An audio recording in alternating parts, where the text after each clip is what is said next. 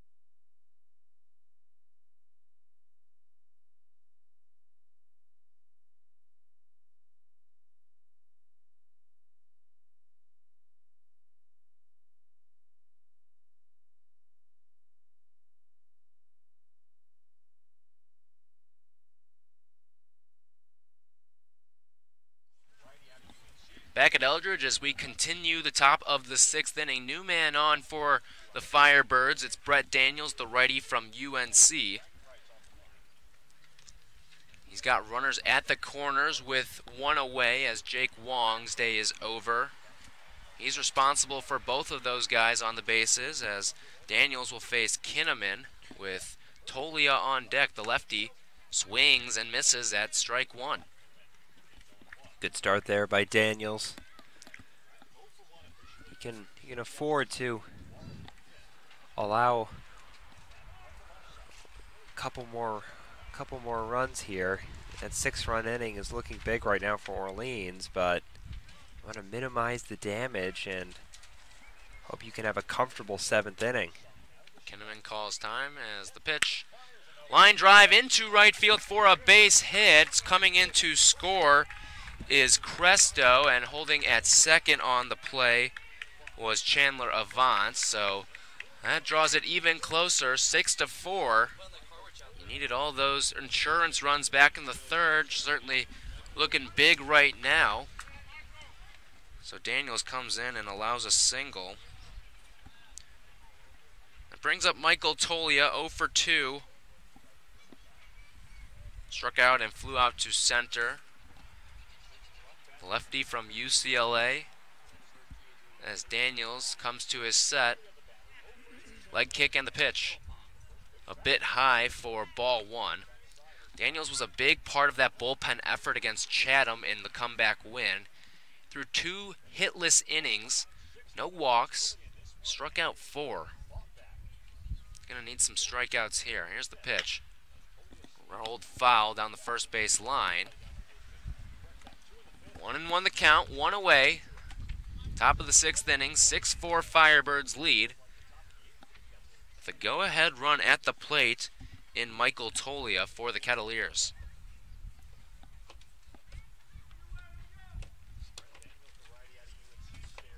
He looks back to second and the pitch. Just inside to Tolia. 2-1 the count. Catcher Martellini on deck. Miles Lewis would come to the plate if we got that much further. Daniels trying to keep this one in check on the mound. Here's the pitch. Broken bad as that one goes foul down the first base line. 2-2 as he'll get a new piece of wood in his hand. Same 2 teams after this one as the back end of the double dip. As for Orleans moving forward, they got their first off day of the season tomorrow. A well-deserved stretch after a string of 12 straight games. They did have the rain out against YD, but they at least started that game and were prepped for baseball. When they come back on Tuesday, they will face the Red Sox, that game at Eldridge. Then it's these same Kettleers again on Wednesday.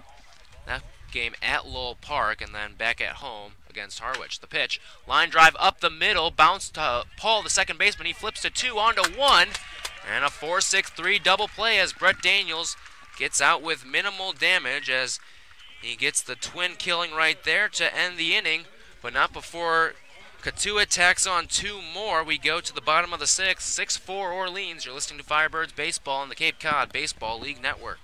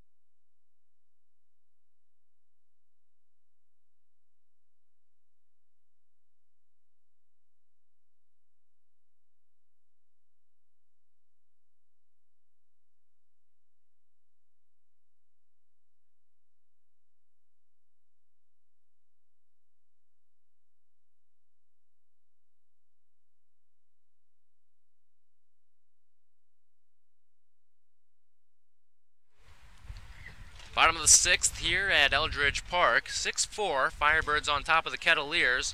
Orleans looking to string together back-to-back wins after yesterday's come-from-behind victory. 7-4 over the Harwich Mariners. It's Chase Cohen still on the mound as Gonzalez fouls one away down the first base line out of play. All 6 Orleans runs coming in the 3rd inning. It's Gonzalez. He singled back in that big inning. Didn't come around to score, though. Here's the pitch. Low for ball 1. 1-1 on Gonzalez. Orleans has been set down with its last 8 batters, which does stretch back into that big 3rd frame. Shortstop Cone playing more towards the 3rd base side on a bit of a shift as the pitch. Line drive, but right at the second baseman Avant, who catches that one for out number 1. Ball started to slice a little bit away from Avant, but he took a small little hop and had it as he fielded it on his glove side. And with one away, we'll get a pinch hitter. It's Lars Nootbaar. The lefty from USC comes off to the bench. He'll replace Steve Passatempo in the order and likely in the field at first base as well. There's nothing wrong with that at-bat by Gonzalez. He really ripped the ball, but right at the second baseman, just hit it to the wrong part of the field. But good contact there. He's already contributed an RBI single in this game. Cohen winds. Here's his first pitch to Nootbaar. Fouled away down the 3rd base line out of play. Lars 0 for 2 yesterday, but did what he does best. Had 3 walks. Also came around to score in the 8th on the bases clearing triple by Brandon Riley. He scored the tying of those 3 runs. Here's the pitch. In there for a strike outside corner. Don't think Nootbaar agreed with that one. One looked a bit up, but it fit right into David Perry's zone. 0-2 on Nootbaar. Very patient at the plate. Leads the team with 12 walks. Here's Cohen's 0-2. In there for strike 3. Got him looking, and that's out number 2. Strikeout number 4 for Cohen. And here comes Austin Hale. Righty walked and scored in the 3rd. Also grounded out to the pitcher. He was the only Firebird to bat twice in that 3rd inning. He was the 10th hitter and the 1st. Cohen rocks back. Here's his first pitch to Hale. Breaking ball, drops in for a strike. 2 away, bottom of the 6th inning, 6-4 the score. We'll likely see a save situation in the 7th if Orleans can't tack any on here as Hale fouls one away. 0-2 on Austin, the catcher from Stetson. Did not play yesterday. Not in the lineup for Game 2, although we'll likely see him when Logan Gilbert takes the mound against YD on Tuesday. Those two play together at Stetson. Here's Cohen's 0-2. Swing and a miss for strike 3. That's punch out number 5. And Cohen works another perfect inning. We go to the top of the 7th as Orleans trying to close this one out for the front end of the doubleheader. 6-4 the score right now in favor of the Firebirds. You're listening to Orleans Baseball on the Cape Cod Baseball League Network.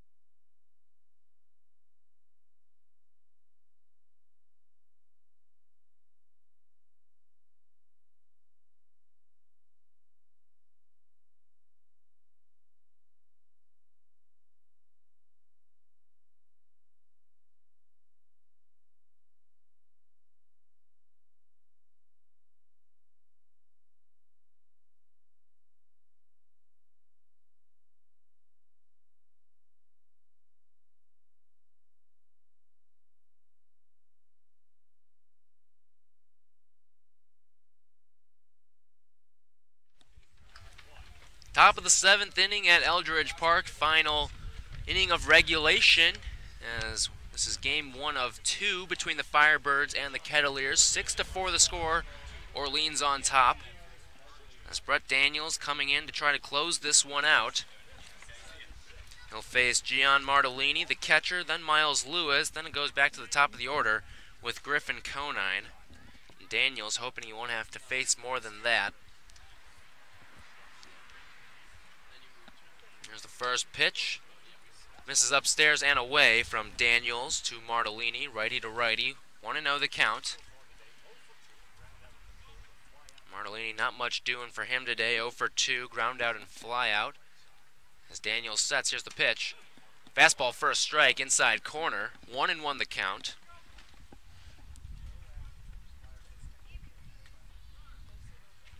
Orleans trying to get to 500 for the first time this season. 5-6 their record. Here's the pitch. Breaking ball in there for a strike on the lower half of the zone. And it's 1-2 on Martellini. Good sequence by Daniels after falling behind 1-0. In control of the at-bat now. Really don't want anyone to be on when Conine comes up to hit. Here's the pitch. Inside on a breaking ball. Not quite enough bite for Daniels. 2-2.